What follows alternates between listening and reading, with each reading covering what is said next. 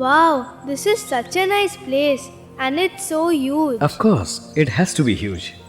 This campus is the largest one amongst the IITs. Today in 2014, there are almost 10,000 students, 700 faculty members, close to 1,000 non-teaching staff working here. On the whole, there are 36 departments, schools and centers running here today. Well, Dadu, you had told me while we were coming here that this place has a unique history and that it was once a jail for freedom fighters. No, that is not this building. This is the main building. I was talking about the old building, which is now called Hijli Shahid Bhavan. Let's go there, shall we? Come.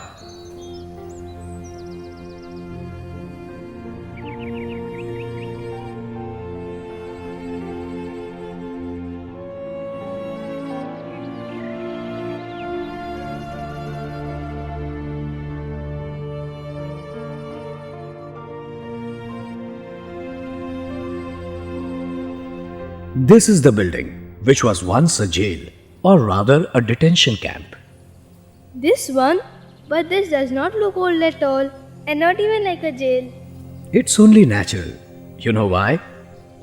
Listen, the then Lieutenant Governor of Bengal, Andrew Fraser, once decided to divide Bengal and Midnapur into two parts.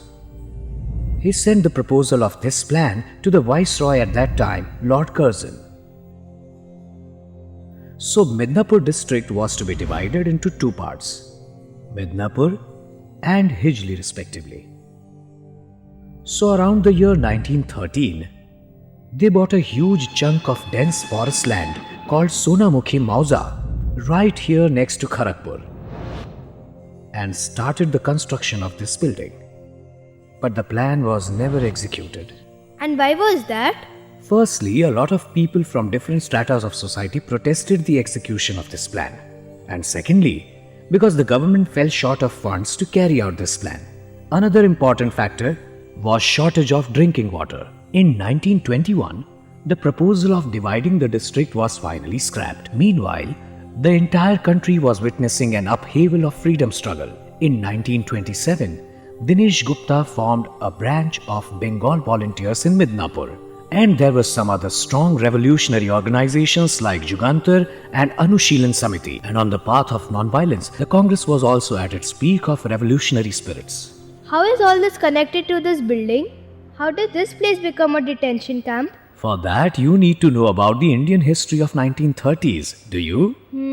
1930. That year, Gandhiji started the civil disobedience movement triggered by the Dandi Salt March on 12th of March, followed by the boycott of British goods. So the freedom struggle was basically a huge wave of disturbance and annoyance for the British government, which made them amend the Bengal criminal law in April 1930, which resulted in the arrest of a large number of freedom fighters, who were revolutionaries and not thieves or dacoits or murderers.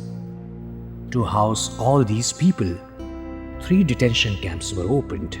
One in Buxar, one in Behrampur, and one right here in Hijli. Almost 200 detainees were put here in this detention camp. Okay, now I get it. This building was lying empty, so it was converted to a detention camp. Correct. Now as you see, this building was surrounded by a 10 feet high wall, and outside there was a barbed wire fencing. The camp was guarded day and night by armed sepoys. Beyond the walls, there was a dense forest, so you can understand that escaping from the camp was next to impossible. The detainees used to play football at the surrounding fields and even perform theatre here. Not only that, a lot of detainees gave their university exams from here itself. The detainees were left open during the day. Only at night, they were kept under lock and key.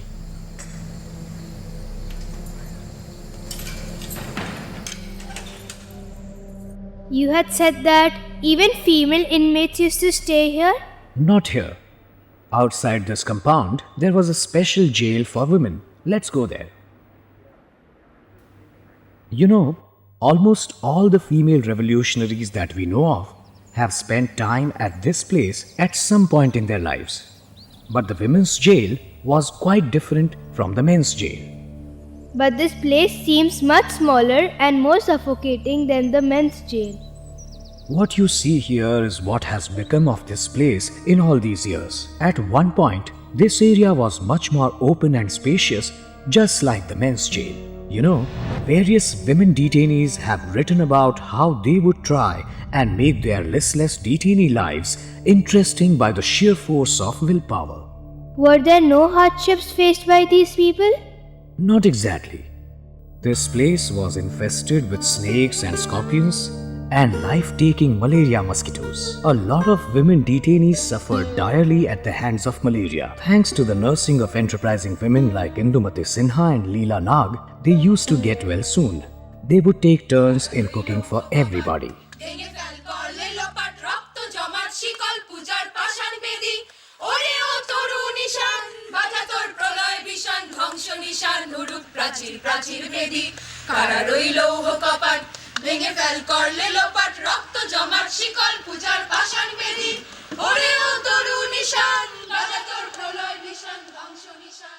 It's very surprising, na, that they did all these things in the given circumstances. Yes, that is because together they could surpass everything with oneness and willpower. The strength that bound them was patriotism. These strong women could very well transform their dreary lives into fun-filled times, indulging in singing, literature, studying, painting, or nurturing flowers in a colorful garden, along with conducting plays and dance dramas.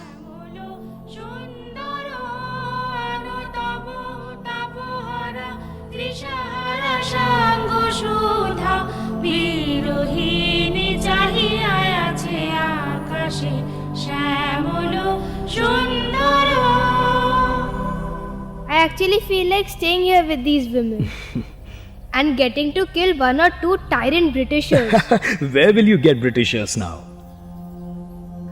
Today, the greatest enemy of our country is the lack of education, which we have to fight constantly. Anyway, despite everything, the young detainee's life would turn dull and helpless, and that was the main objective of this place. And what about the men's jail? You can say it was worse there. There was one fellow, Dhiren Bose, a member of the Anushilan Samiti, who lost his mental balance during his stay here. Another detainee named Brajendranath Chaudhary, who was involved in the Chittagong Armory raid, had committed suicide, most probably right here. At the time of the incident, a certain E.B.H. Baker was commandant in charge of the camp. Although he was an extremely warm-hearted person, in favor of ensuring the welfare of the detainees, the head of the guards, Marshal, was almost like a demon in disguise for the detainees. And it was their bad luck that Marshal's right-hand man was a Bengali, Assistant Commandant Anath Bandhu Chakravarti. Not only by the Britishers, but they were also tortured by the extreme shortage of drinking water during summer. These detainees would at most times be cut off from the world outside, because the newspapers that they would get to read would always have all the political news covered with the black ink. That's why whenever any revolutionary was brought to the camp, the detainees spared no time to get the news of the outside world. 28th July 1931 was one such day when they came to know about the killing of Judge Garlick, who had sentenced Dinesh of the Binoy Badal and Dinesh trio to be hung till death. They started celebrating immediately. They even decorated this tower with lights. Such was the fervor of the celebrations. How brave of them! And what was Marshal's reaction to all of this? He didn't really react on that day, but he was so angry that he started planning a brutal conspiracy against the detainees. And what happened after that made him lose his patience altogether. What happened?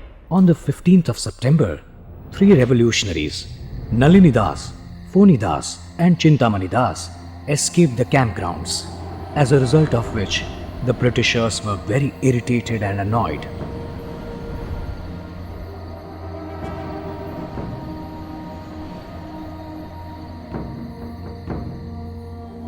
The next day, that is 16th of September 1931, all the English officers left the campgrounds to go to the Kharagpur European Club. The detainees were left at the mercy of the Indian guards, who had foolproof orders, torturing the detainees. The day after was the birthday of writer Sarat Chandra. In the night, at around 9, the detainees were planning how to celebrate the writer's birthday. Suddenly, they heard shouts from the downstairs and gunfire.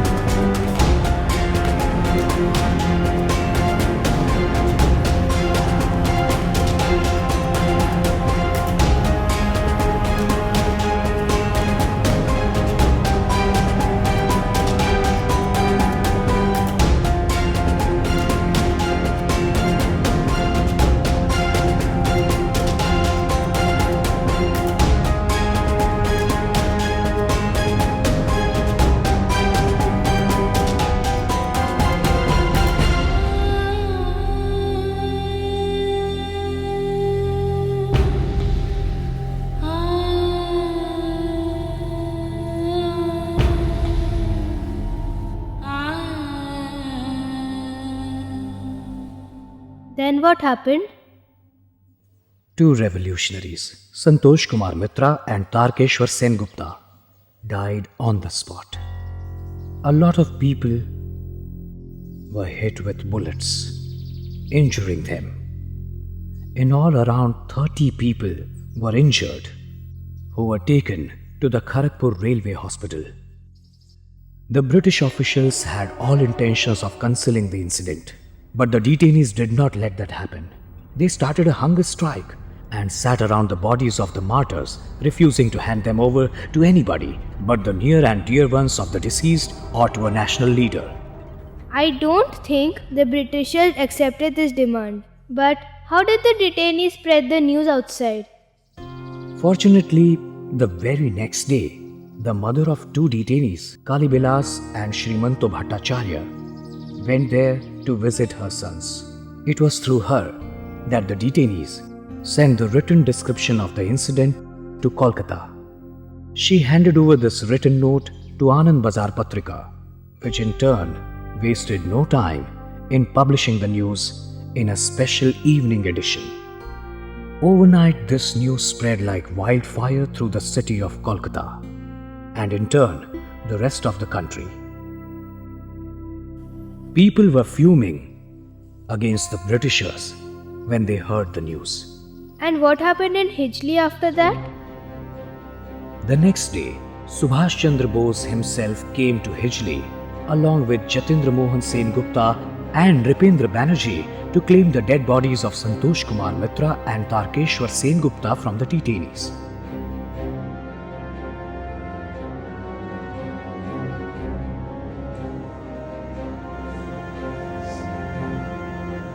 Vande Mataram, Vande Mataram, Vande Mataram, Vande Mataram, Vande Mataram, Vande Mataram. On his return to Kolkata, Subhash Chandra Bose addressed the countrymen.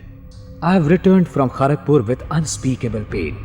Would we engage in petty quarrels when our friends are shot like cats and dogs inside the jail? He continued. So this day, the only cry that rings out from our heart is, let on the blood of the martyrs be built up the edifice of freedom. Rabindranath, then 70 years old, and in spite of his failing health, presided over a huge protest rally at the monument in Kolkata on 26 September 1931. And no justice was given to the people affected by this incident? There was an inquiry committee looking into the matter, but that was mostly a farce. According to the verdict of this committee, the killers were merely transferred to different jails as punishment, and for the task of disciplining the detainees, a special military commandant, Captain Wills, was taken in. How absurd is that? It was as a protest against that incident and the unfair verdict passed that Rabindranath penned his famous poem, Proshno. I know the poem and all the verses make a lot of sense now.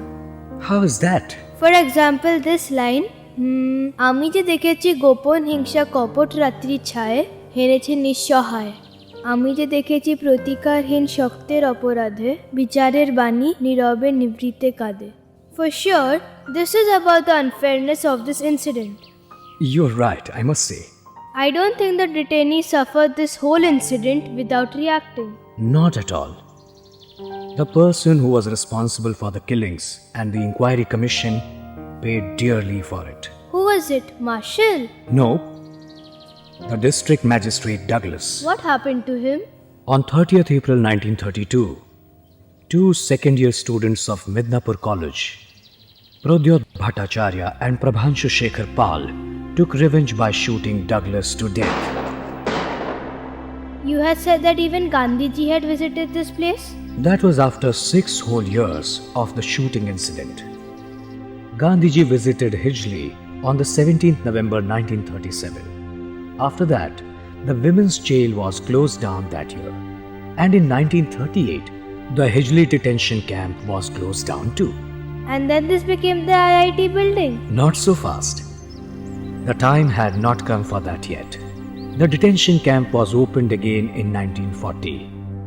But it was hurriedly closed again in 1942 due to the Second World War. On one side there was America, Britain, France and Russia, while on the other side there was Germany, Italy and Japan. By then, Japan had almost reached the borders of India. Therefore, to help the British, the Americans sent their air force down here. They created runways and hangars in Chakulia, Dudhkundi and Kalaikunda near Kharagpur. This place, hidden by dense jungles, was ideal for their headquarters and radio control room. The American Air Force went back in 1945 once the war ended. All this while, we were discussing the tortures of British rule in India. But all Britishers were not tyrants. There were some people who actually did things to help the people of our country. Especially in the field of education, we owe it to the British for initiating Western education in this country. But how did this building become an IIT building? After the Second World War got over, the British needed specially educated people to help them reconstruct places, to make new factories. They needed engineers for the growth of science and technology. The idea of IIT started in this building while the Britishers were still here. Yes. Nobel Prize winner Dr. A.V. Hill was appointed to take a look at the state of education in our country. He recommended an institute modeled on the Massachusetts Institute of Technology in America. According to that, the Central Advisory Board of Education and Sir Ardeshir Dalal put their efforts in setting up a committee in the year 1945. The committee, comprising of scientists, teachers and industrialists, was put up under the leadership of Nalini Ranjan Sarkar. This committee, in their report, proposed the establishment of a higher technical institute. Then head of interim government Jawaharlal Nehru and education member in charge Maulana Abul Kalam Azad accepted the proposal to build the Eastern Higher Technical Institute on 19th February 1947. According to the Sarkar Committee report, it was recommended that this institute was to be formed somewhere in eastern India. And the then Chief Minister of Bengal, Dr. Bidhan Chandra Roy, favoured Hijli. Although the preliminary work for IIT had started some time before that, already in Kolkata at 5 Esplanade Row East. But that's a different story.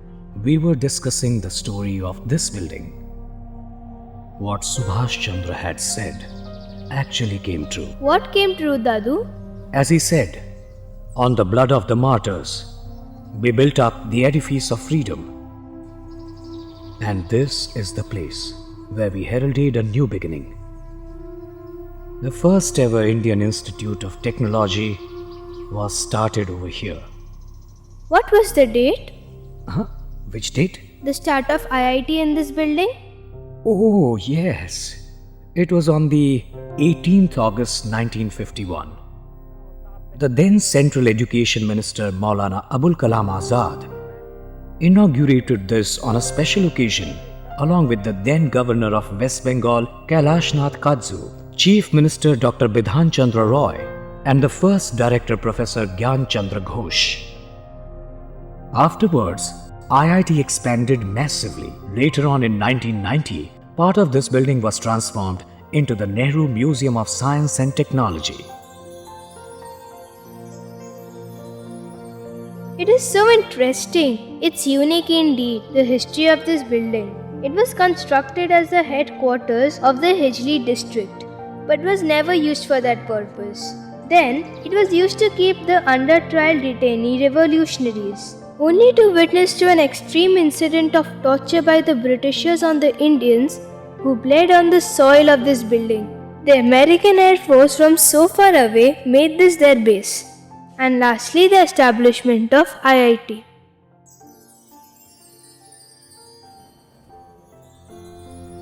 Very nicely put. Did you say you know the poem Proshno? Yes, I know it. Let's do something. Let's recite the poem together to commemorate those brave freedom fighters who dedicated their lives for the freedom of our country. ভগবান তুমি যুগে যুগে দূত পাঠাইছো বারে বারে দয়াহীন সংসারে তারা বলে গেল ক্ষমা করো সবে বলে গেল ভালোবাসো অন্তর হতে বিদ্বেষ বিষ নাশো